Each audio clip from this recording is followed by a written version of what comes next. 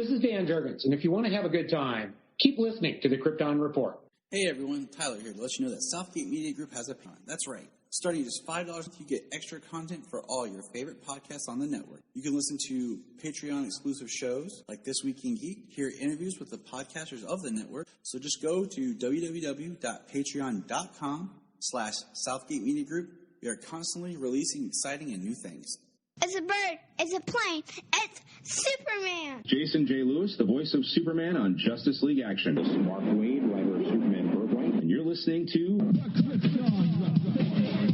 the All Things Kryptonian podcast, including Superman and Supergirl. We discuss games, movies, cartoons, TV shows, and comics. Find us on Facebook, Instagram, YouTube, and Twitter. Welcome to the Krypton Report, episode 242.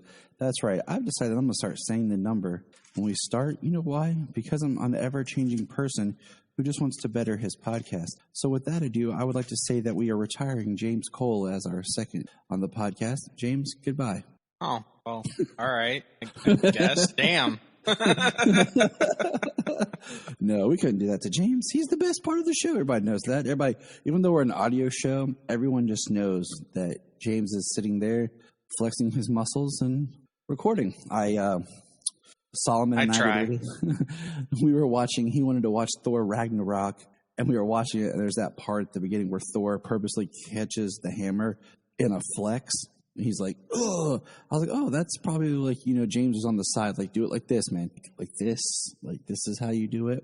Right. Showing him how to do it. He was like, oh, yes, it's good. But anyways, let's get into this fun ditty. We don't have a whole lot of news, just kind of some here and there, all around kind of stuff. But McFarlane Toys, always awesome, put out a nice little new thing for Batman 66 toys. And it was just, all I saw was Batman, Robin, and the Joker. Is that and all? A Batmobile. I think they're producing the Batmobile too, but I'm not sure because he has produced vehicles. He did for the death metal line, Batman. See, I would get the Batmobile and maybe Robin. I would love to have the Riddler, honestly, of that line if they did one. I think the Riddler would be awesome to have because there's just a boyish charm about Batman 66 because we grew up having that already in the background along with having the new stuff of the Keaton films, the animated series, and beyond. Not Batman Beyond, but we did have that too. Yeah, honestly, it's hard to recall which one I saw first, Batman '89 or Adam West. I'd have to say it was Adam West on TV. See, I saw Keaton. I'm kind of in the same boat. They kind of both existed. Kind of like, it's very hard to remember if I saw Chris as Superman first or the Fleischer Superman first, because it all just kind of exists in this consciousness of being there. So I'm not sure. But yeah, I remember Adam West being on FX, but also having my my Batman Michael Keaton outfit, my Warner Brothers ball cap. I'm not really sure what came first, when, where, or how. The Southgate Group podcast. Well, I know I do. And support the show. Well, the group can help support the show without having to give any more. Just go to southgategroup.com. There's a link at the top to log in. Just log into your account, shop like normal, and part of it you buy goes back to help Southgate. It's simple, it's easy, and you're just buying stuff on Amazon. So I was shopping the other day, and I found the new Hershey has re-released their. They have some extra characters now for their chocolate. One being Supergirl, and I had to buy, some. But what sucks is I buy them to eat with my kids and have, but Sailor can't have them, so we just collect them because Hershey doesn't make, non-dairy chocolate. So, screw you, Hershey's. Right? That's pretty. It is, man. Also, I guess I'm gonna have to play Fortnite now. Yeah, me too. That was my thought. Like, dang it, video game Fortnite. Like, they have this new Superman skin. It's like the new 52 with trunks and a different belt, but it looks awesome. Yeah, and they got the black suit. And I was just like, dang you, Fortnite. Right. Make me play just to get the Superman skin. But I'll probably never figure it out, so I'll just spend all this time trying to get it and then just be like, why can't I have the Superman? Probably got to buy it. Probably. That's easier. I'll just do that. Right. Let's see. We also, James Wan tweeted out, or someone tweeted out for James Wan, that Aquaman is going to be Aquaman and the Lost Kingdom. Okay. Kind of like a pre-production meeting. And it just had the name, like a title card kind of. So that's cool. We also got our first look at Batwing, and his suit looks pretty sweet. I mean, it's armored. The blue bat looks like the Batwing bat. Would like to actually have his wings in it. Batwing to me usually has more silver and gray in it, because this suit almost looks kind of very, almost like a live-action Batman Beyond suit, just not red. Well, That is from what cool. I've seen of it, it's like the iterations I've seen. It's like a Batman Tron suit. Yeah. So But it's yeah, cool. I thought the suit was pretty black bat, full face mask that I am with him wearing, and yeah, I was hoping that they would do that with his character. Why not? We need a in second. Batwoman. We're Well, gonna bring Luke Fox in these days. I mean, Right. it should be somewhere down the line. Well, we need somebody to like be her partner and fight with her and her secondary hero. I mean, everybody has another hero they're partnered with, so come on. Let's see. We got our little trailer for the Super Pets film, the League of Super Pets, where we knew that Dwayne "The Rock" Johnson was going to be Crypto, but then we got some other voice cast members. And who is Ace the Bat Hound, you ask? But none other. And The Rock's little buddy, Kevin Hart. What? All right. And then we have Kate McKinnon, John Krasinski, Diego Luna, and Keanu Reeves. And yeah, the Keanu Reeves one stunned me. I'm like, sweet. I don't know what all Super Pets they're going to include, so I can't speculate other than I have a feeling that Kate McKinnon might be Streaky the cat. For some reason, that just feels like her energy. Yeah. But we don't know anything other than that. And you know what? Dang it, I'm excited for this thing because the kids thought it was so cool seeing the little Crypto and knowing The Rock's going to do it. And I don't know, it's nice to be excited for the kids to enjoy something DC on the big screen, you know? Yeah.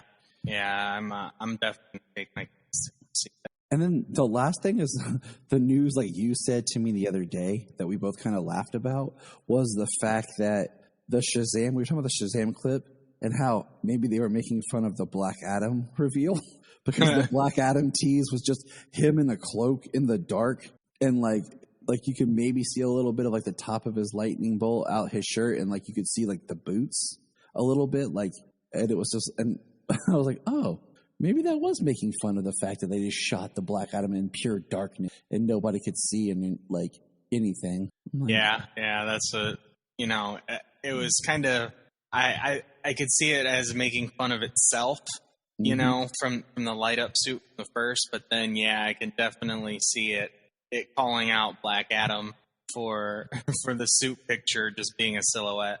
I mean, it also makes sense why, I feel like the Shazam trilogy of movies, because we know we're going to get at least 3. Okay, I'm calling it right now. May operate, and I bet the third one will be a quick turnaround too. May operate more in the vein of like the Dark Knight trilogy. And I say that in the sense where the second movie will be really good, but it won't be as played out much into the arc of the entire story. Because then the third movie will be, the introduction of Black Adam, right? Which ties it right back to the first film, much like how the Dark Knight worked, where the villain was just an extension of the villain plot of the first film. So, right. The other thing I got thinking we didn't talk about: do you think they're going to change everybody's costume to look like the new Shazam? So it'll be the new green, new blue. I think they are. It would make sense. I think they are, and I think somebody said something about that being. I mean, it makes sense. And so, but that's all the news we got today. So stick around and we're going to segue in and we're going to just kind of go into Superman and Lois. So hold on. Hey, it's Tyler, Man Podcast. Check out some of our other favorite podcasts. We have The Inspiring Kryptonian, The Last Sons of Krypton, a new one I discovered called Decryptonite, great podcast, as well as good friends Bug podcast, and of course, Master Phil Perry, who is this podcast. So just check those out. And we're back. James, do you know what today is when this drops? Do you know? It's gonna be Superman. Happy Superman Day to you, James. Happy Super. I am so crazy. Like, look at this. Okay, I literally have my family's clothes set out for tomorrow. I have an outfit for Jania for after work and pajamas. I have Selah's pajamas and her outfit. I have Solomon's outfit. And then I realized that Solomon no longer has super pajamas, so we'll make something work. I have my outfit. And yeah, we're all going to be dressed and ready to go for Superman Day. Well, that sounds really good. Yeah, just because, I'm like that. And yeah. It is a very celebrated and recognized holiday in this house. So yeah. Sad I have to work through it. Well, I mean, got a side job and I got yard work to do tomorrow. I got packing to do always and cleaning, so I'm not going to get off scot-free. I rearranged all the, someone was, side tangent, we're giving away a free piano here and someone was supposed to come pick it up. So I rearranged all the boxes to give them a clear shot of getting it out of the house. They didn't show up. So, Aww. Shame. Shame. So let's jump into Superman and Lois. Episode 9, Loyal Subjekts? Yeah, with a K. I mean, is this, a little cross promotion supposed to be for Mortal Kombat, Or is it just because it's supposed to be K as in kryptonite? Or that's my Or can someone thoughts. not spell and got away with it? Educational system and spell checker. But nah, this may be, I don't want to say the best episode, but the most interconnected, dense episode we've had in a while. Because when I was taking my notes, I am ridiculous that I color code my notes based on the characters and stuff to help give me, so we can kind of talk through the characters faster. But there is so much of just everything connecting that I don't think we could really choose a character and go through without really touching on the other character. But we're going to try something, okay? All right. Now, I'm going to give a shout out to my lovely, beautiful wife, Jania, because when this episode opened, we have an opening shot behind Leslie as she's walking someone to Morgan's office, and Jania just looks at me and goes, spoilers. She goes, it's Kyle. She just straight up looks at me and goes, it's Kyle. Right. And I'm like, all right. I'm like, okay. And I agree with her, but I was just like, yeah, that's my. And then we have this very interesting dynamic of Lois and Christy talking. And what I find interesting is Lois is like, why Smallville? Why here? And I'm kind of thinking you're asking these questions to Christy, who doesn't know all the pieces. Because Lois, you know that this is where Superman landed. That Superman currently lives here. I would be thinking more does Morgan Edge know about Superman's origin? Would be what I'd be asking. So she's throwing all this stuff out at Christy, and I'm just like, all right, calm it down just a little bit, Lois. Calm it down. Yeah. I mean, the one thing that's nice, though, they talk about kryptonite, talk about their showers around the world, how it distributed kryptonite all over remnants of Krypton. Yep. Pretty awesome. And he said, Clark says, every form of kryptonite. Meteor showers from all around the world with every form of kryptonite for weeks. And I'm like, okay. And we're going to get more into that because you brought up after this episode, you brought up a great question to me. And I forgot to read the summary of this episode, but basically here's the quick summary of this episode as presented to me by the great powers that be. Ready? Lois, Chrissy, and Clark team up to piece together the significance of Smallville to Morgan Edge. Jordan is infected with the same bioweapon Superman was, leading to hard feelings between Lois and Sam. Sarah is forced to perform alone because Jordan is homesick, and Morgan launches an attack on Lois and Jonathan and reveals who he really is to Superman. At least they didn't say he reveals himself, because that'd be a little right. But we get to see Clark, a line that Lois gives about Clark's a good reporter, and now that he's not coaching, and we get this montage of them setting up their board at home, Lana getting them copies of files, and I'm just like, man, the whole Clark coaching in football, we talked about last week, done. Just boop. They played Metropolis, which should have been the state championship game, what it should have been, and then now they're just done. But we see Morgan Edge with Emily, and I was like, is this a flashback scene? Because it seems very much kind of like he's presenting her with the option to basically make her best self. And we see her in the tube machine, perfect host match. And my thought was, if there's a mental acceptance that has to be met for the host or thing to work, and I don't know, like maybe that's a component. They get into yeah, they get into that. So they get into it. Yeah, that was my thing was guessing why, because they brought up who went through it but died. And I mean, we can kind of just skip. We can just mention it. I mean, it's not a huge thing, but basically the big reveal part is with like the meteor shower that kryptonite only fell in Smallville, and basically the radiation has been around since then. That people from Smallville are accepting of the kryptonite. That's why the other people who have been forced to try to be Kryptonians failed. Now, my question is, when they failed, the consciousness, as Lois later puts it, is it lost? Is that person just completely gone? Or can they redistribute that consciousness? Yeah. Now, I guess we can kind of skip ahead. I don't know. We can kind of wrap this part, this little arc up here, because we find out that Leslie Lars, his real name is Irma something. I have it in my back notes here. Hold on. Irma Sayers. And the bathroom guy who attacked Clark in like episode 2 was from Smallville. Does no one not recognize her? Like they show her the picture they used definitely was of the actress they used for the Fate yearbook, but she doesn't look that much older or younger that they wouldn't recognize her, considering that they've established how small of a town Smallville is. Because we have a scene of Clark seeing Emily at the diner and stuff. She's like, "Clark, I heard you're back in town." Blah, blah, blah. And then Clark, asks her some questions, and she tries to pitch him a job to work for Morgan Edge, go talk to Lana. But anyways, no one remembers her. Like that's my thought. Like, yeah, I mean, I wonder how long she could have lived there. She would have had to live there long. How long they would need to have been. Yeah, that's the thing. How long was long enough to expose, and then how long has she been gone?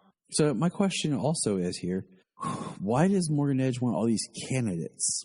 Is it just look better, like on paper or something? Why he's hanging out with these people and they're like doing this special like retreats and breakfast meetings and stuff? Because based on just needing people from Smallville, he could just take anybody. Well, that's the thing. He can't take anybody. He's tried in his other places and shut down his operation. But I'm just saying, like he could take anybody little bit of Smallville. Extra. He wouldn't have to. Like, why is he choosing these like recruits, like the best of his company? Like, is it he could just be like taking the? I mean, I more or less think it's like, yeah. I mean, he could be taking anybody really, but I mean, and what we'll find out later. I mean, abduction wouldn't be hard, but and the fact that they're creating Kryptonians wouldn't be hard, but to keep it hidden. Kind of, making it look legit, like business, bringing people up to do it, not just abducting people and lining them up and forcing them to do it. So, like you said, maybe a mental acceptance to go through the procedure, maybe, possibly, but I don't know. So we do have this part of which I thought was awesome, where Clark, being the super dad that he is, sitting there packing the boys' lunches. And he's just sitting there like putting stuff in their lunch bags. I thought that was cool. Just a small thing. And just an everyday thing. Lois basically tells Clark that she tried to warn people, but they didn't listen to her. But Clark, you're from around here. You're Martha Kent's son, and your mother was helping people in Smallville way before Morgan Edge. I think it's a good point. We do have Sarah is still going to be in the talent show thingy. And I like that, Jordan, they have this whole family kind of conversation about, you guys are hanging out a lot for just friends. And Jordan's like, I want to be there for her. And then Lois is like, well, I'll leave it up to her to tell you if it's more than friends. And I'm like, right. Okay. I'm like, I could dissect this line for a while, but you know what? I don't have any power to do it. Because I just think about, you don't want to be like, hey, I want to be more than friends. Her input, because she's the one that says, let's just be friends. But at the same time, you could be friends forever because she's waiting on you, but you're waiting on her. And that's how nothing gets accomplished. Yeah. Anyways, moving on. Lois tries to convince Lana to take a break from helping them so that Morgan Edge doesn't. And we get our first little scene here of happy-go-lucky Kyle when he takes Sarah to school and thanks the boys for looking out for her and helping out Jordan, as he is all excited and says to her. And Sarah, once again says to John to look out for Tegan. I hate that name. I don't know why. It's just one of those names. I'm just like, eh. I mean, I don't know. Never had any. I can't say. I guess maybe I've heard Tegan before. Maybe once before. The only other Tegan I know besides that was Tegan Crawford's Raven. Right. And she pulls it off well. But, it's just one of those names I'm like, okay. But here's one of my, if not favorite scene of the episode. We have Clark at the diner with Emily, and he hears something. A bank robbery. Spain or Mexico? I wasn't sure. Because the way he's watching, not really sure. Flying, but he comes in, and I've seen a lot of people online compare this scene and the way that he comes in very much to Zack Snyder's Justice League of Wonder Woman coming into the hostage situation at the beginning. Right. And I mean, this scene was awesome. The way he busts in, and he's just we learned something here though. When one of the bank robbers starts using a shotgun and he starts reacting to it, he falls down, and then dude grabs a machine gun and just is shooting Superman as he's laying there. And then I love this part where Superman just kind of like stands up and then just and then he floats there. Yeah. Up. And the guy is like, oh, and he just pushes the dude. But you know what I like most about this scene? What's that? One of the things that I pointed out to Jania about his power that does not get used is Superman in the comics and stories has proven he can speak every language, from his hearing to his muscle memory, his intelligence. He has learned to speak the different languages of Earth, and he speaks Spanish and speaks with the security guard. And I just loved it because it just makes Superman feel more of the protector of Earth. Yeah, he is of the people, a man of which is why this Superman, white kid Superman raised by the Kents, human. He would never, much like Henry Cavill and the end of Man of Steel, chooses humanity. Yes. Because no matter his birthplace, he is human. He's raised here. No matter what he can do, still, that's what he is. And that's something that's very true to him compared to his cousin, where you have a little bit more of that playability of where she. Now we have Clark return home. We get a weird scene of like Lois trying to go into Morgan Edge's office and tell people that they don't want any of this. As she put it, she was going to make a scene. And right.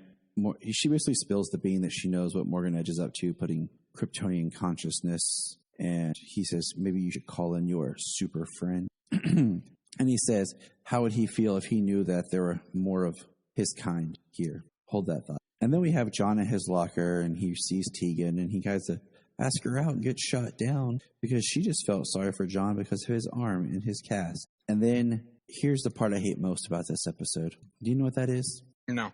The stupid football coach pops up and goes, oh, QB number 2. Got to learn how to lock that down. Oh, yeah. You gotta learn how to close. Yeah. And I'm like, what a D-bag. First of all, he's taking a break from football. You don't ever play him. You treat him like crap, even though he's there and was your most valuable asset in your Metropolis game. But, yeah, douche. Yeah. And he gets kind of shot down by the, I don't know, maybe the quote-unquote popular girl. That's kind of where I'm leaning towards. That's what she is. Now, it's kind of like your head mean girl. Got her little posse. Now, Clark's icing himself. He's full of bruises. And Lois comes in like, holy cow, what happened? And he's like, I don't know. Like, I love this because it's just like, I don't know. Like, I was just getting shot. And she's like, with kryptonite? He's like, no, regular guns. She's like, regular bullets did this? And I said to myself, and I looked at Jenny, I was like, why doesn't he just fly into the sun? Like, up into the atmosphere to the sun and do the pose like every other Superman does when they have to heal themselves. Like, Henry Cavill, Brandon Routh, get that sunshine, and then, Well, like, for him experiencing that weakness and getting the bruises and everything, and then going down and coming back up, he's probably okay because he's full-blooded Kryptonian and it was a synthetic kryptonite. But what it does to Jordan in this episode, it's much more severe.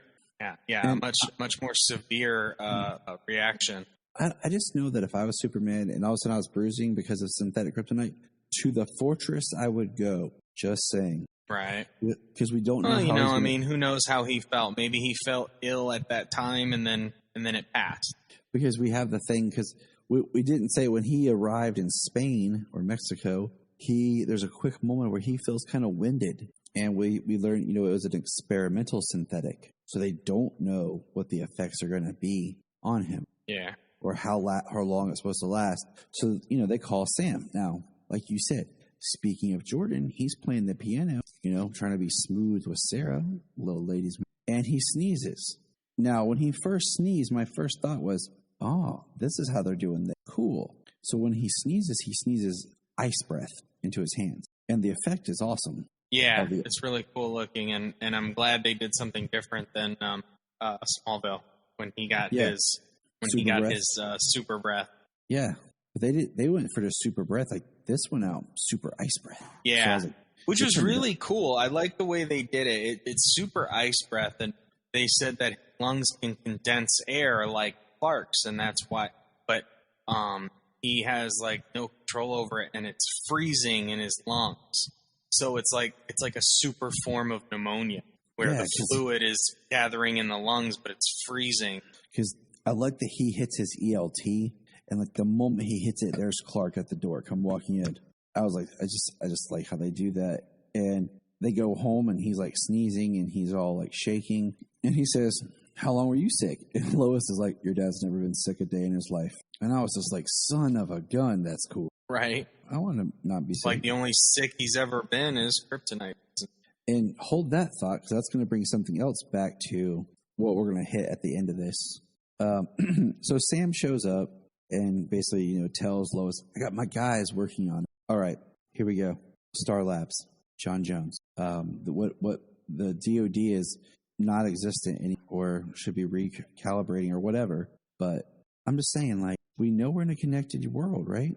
But this show is only mentioned Crisis, but has not mentioned anybody else yet. I mean, I don't need to be heavy overhand, but no Argus, So I'm just saying, John Jones might be able to help with, because they dealt with synthetic kryptonite before. Maybe. I don't know.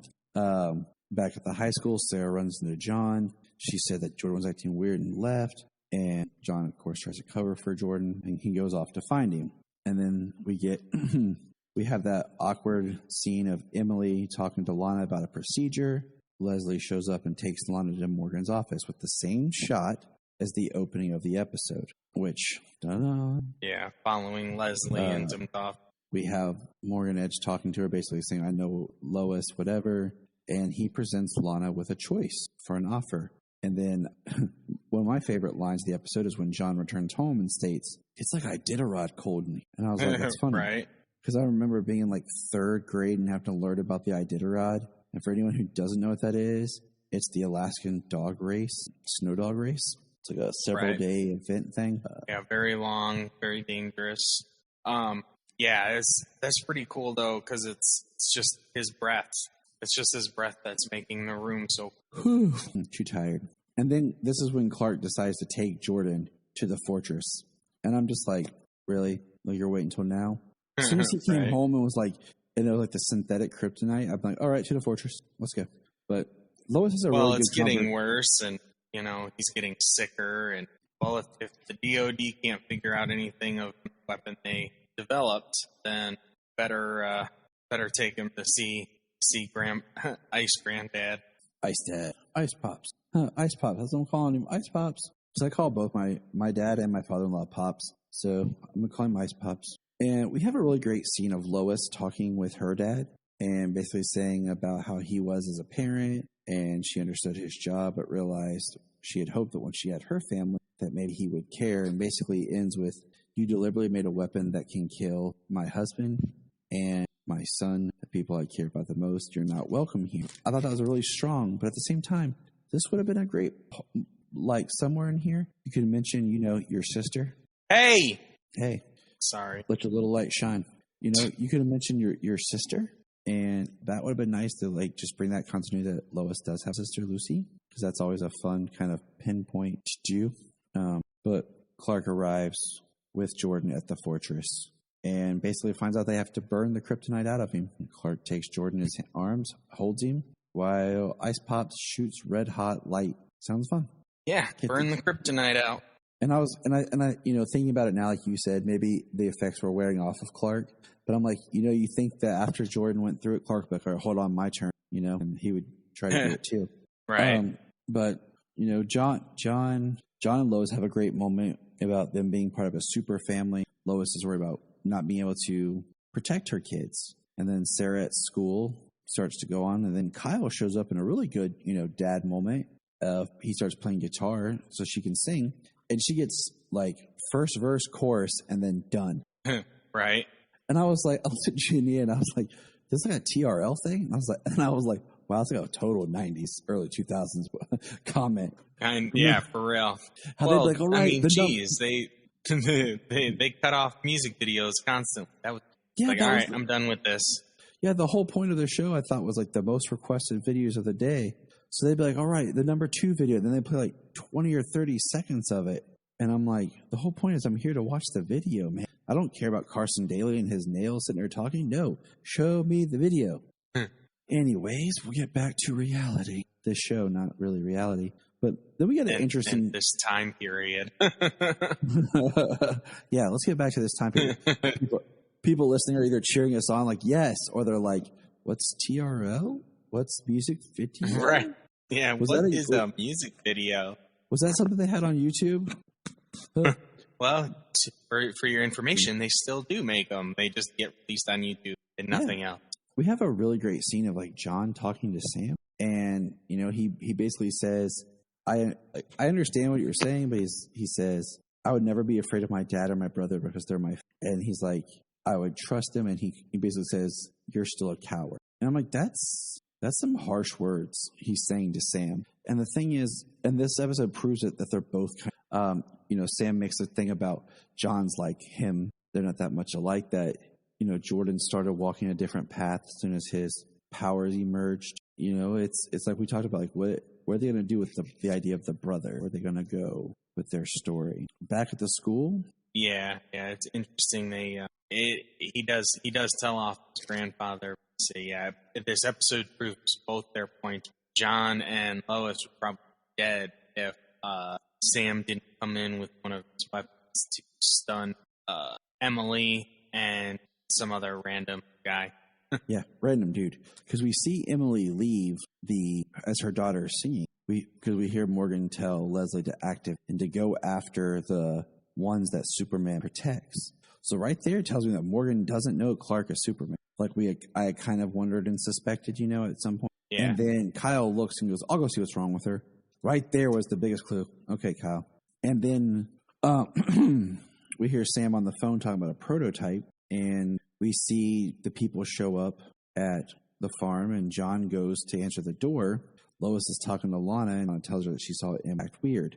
Well, wouldn't you know it, when Lois looks up, there's Emily. Emily then uses heat vision to attack. Sam bursts in with some K-gas grenades, starts trying to defend them, while John runs to the barn. And what does John in the barn, James? He has some of John Henry Iron's weapons. Yes, he does. Which goes back to, interesting that he has those weapons after what he just talked to his dad about, or his grandpa. And then, so he has it, and basically Kyle shows up. He says, Lana, Sam gets knocked out. Pause. Clark and Jordan are at the fortress, and Clark has a breakdown of basically saying that what's happening to Jordan is his fault, and Jordan never asked for this. And Jordan says, well, you never asked for what happened to you to happen. I think it's a great father-son moment. Then, of course, that's when they hear where Lois had been hitting her ELT that Emily stole. They hear Sam's ELT. It makes me wonder, like, what the frequency difference is per ELT. So Superman knows which. Right. But after Jordan had fired the gun, or Jonathan had fired the gun, boom, boom, like red solar energy, Kyle uses his heat vision and destroys it, proving what we all thought all along. Kyle is one of them. Right as he goes to shoot, Superman and just takes him out into a field. Yeah. And he says basically they're all. Yeah, he returns back to the barn, be there to protect them, and says they're all gone. 3 Kryptonians took off. Then we find out, basically we have another moment of Sam and Lois talking, which would have been another great way to put Lucy into the story. He's, basically admits he's a crappy dad, but he's staying there right now until this is handled. And then John and Jordan are talking and, just kind of broing out. We find out that Jordan basically has wintergreen taste in his mouth at all times. Right. Which John likes. Yeah. And he sends Sarah a message to try to, hey, when we talk.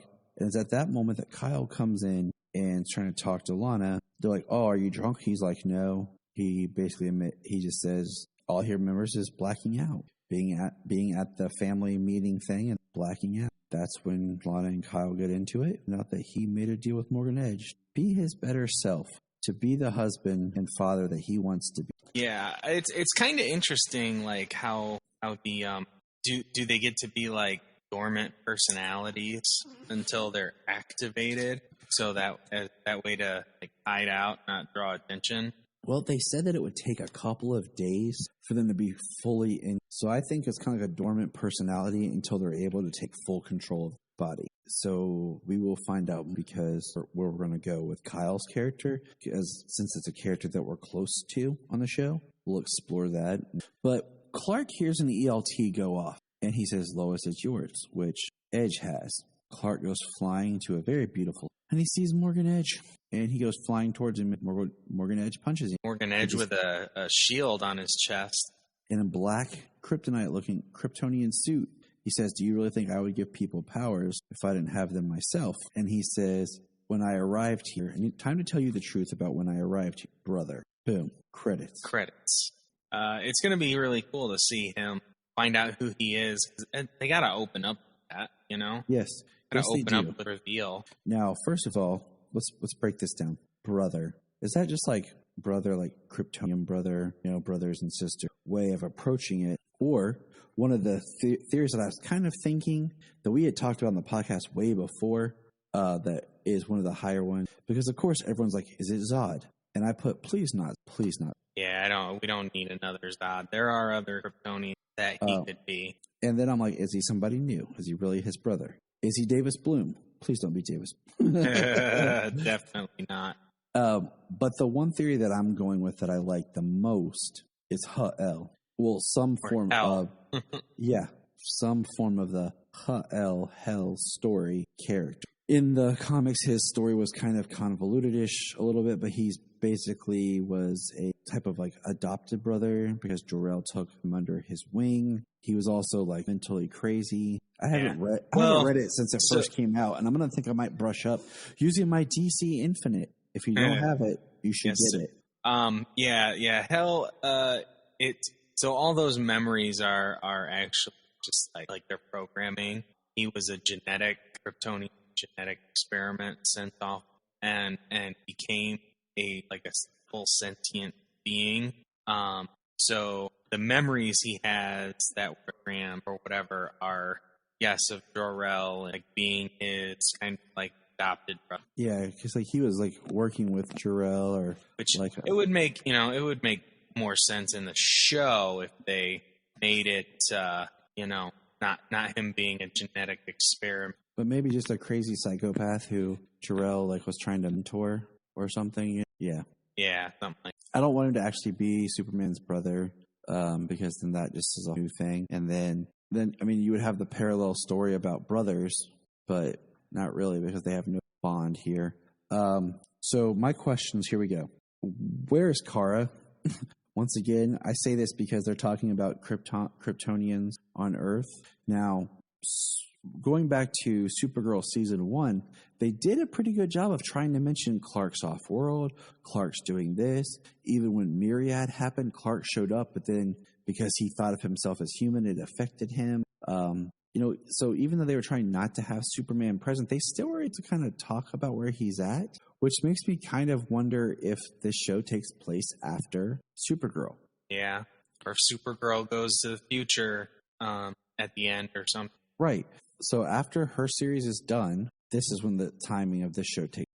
Because it does bother me that they have not referenced her at all in any. They've had multiple places to drop a name or had her there, like when Clark and Lois got married. And then the other thing, like you had said to me, what do we know about this Superman, honestly, post-crisis? Because we were learning a lot about him pre-crisis. Yeah, pre-crisis seemed like it was like Superman dealt with all kinds of massive threats, like was able to read the Book of Destiny and stuff like that. And now it seems like this Superman, he's probably dealt with a lot of threats, but maybe not the biggest threats that we know that he deals with in the comics, you know? Because we knew he had already gone up against Zod. We knew that he had already fought Doomsday. And now we're in the post-crisis, and we really don't know that much of what he's been through. We can speculate just using pieces of information and from the other shows of how they've handled post-crisis. Excuse me. It is that time. Well, he was on the other shows also. Those people were Paragon, so they were responsible for the world coming back to like the way they knew it, and then the random changes. Superman, Tyler Hoechlin's Superman was not a Paragon, so his life changed. Like it could have changed almost entirely. Exactly.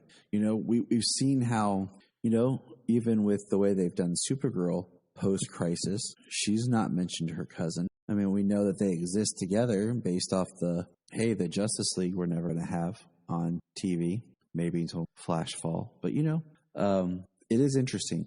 Because of, like we said earlier about the whole project 7734. My brain. So that's kind of also it's kind of also part of the theory of why he might be Hell,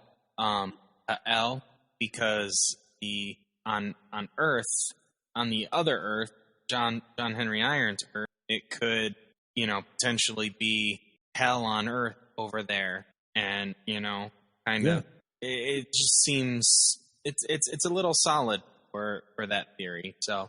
Yeah, I mean, I think it would work much better if that's who he is in some way. We know that, I mean, like even the Leslie Lar character we talked about was based off evil Kryptonians. Leslie Lar. Yep, and they've already changed that a little with. It kind of makes me wonder if she isn't Leslie Lar still, because she had a completely different name, and now she goes by Leslie Lar. So the consciousness of Leslie Lar could be the Kryptonian inhabiting her body. Exactly. Took the words right out of my mouth. But that wraps up this episode. Yeah, I mean, we're only a couple of days away from the next episode. We'll find out more about who he is. I think some version of Ha-El would be much better than trying to do like a Zod. We've had Non, we've had... Yeah. The CW's pulled a lot from the New 52 stuff. So... it's very possible. Finally get a new Kryptonian. And his whole thing was about basically kind of like Zod and Man of Steel, about bringing Krypton back. In the process was going to destroy Earth, but his involvement, we'll see. We will see. And it would be pretty awesome. You know what I want out of this series right now? I want a couple of things. 3 things. 3. And I'll leave you with this. Number 1, I want Jordan in a costume as Superboy. Okay? I want him. Sounds reasonable. Okay? Number 2, I want Pete Ross to show up. At some point, I want Pete Ross to show back up in Smallville. And number 3 is I want Cameron Cuff to make an appearance in an episode through a portal of time travel and runs into Tyler Hoechlin's Superman. Yeah, that would be awesome. And I want them to connect the show to Krypton. For sure. And that's how it's done. And then Cameron Cuff's son is the Jury. But right. That is my 3 asks. Well, you know, Angus McFadden, you know, could potentially resemble a Nissa's father, Darren Vex. You know, so exactly. Jor-El could look like Nissa's father, and Clark looks like his grandfather. Exactly. That's how it works. I look more like my grandfather on my mom's side. You know, so yeah. It's a great idea, okay? Sure. So let's bring it home. All right? Bring it home. So remember.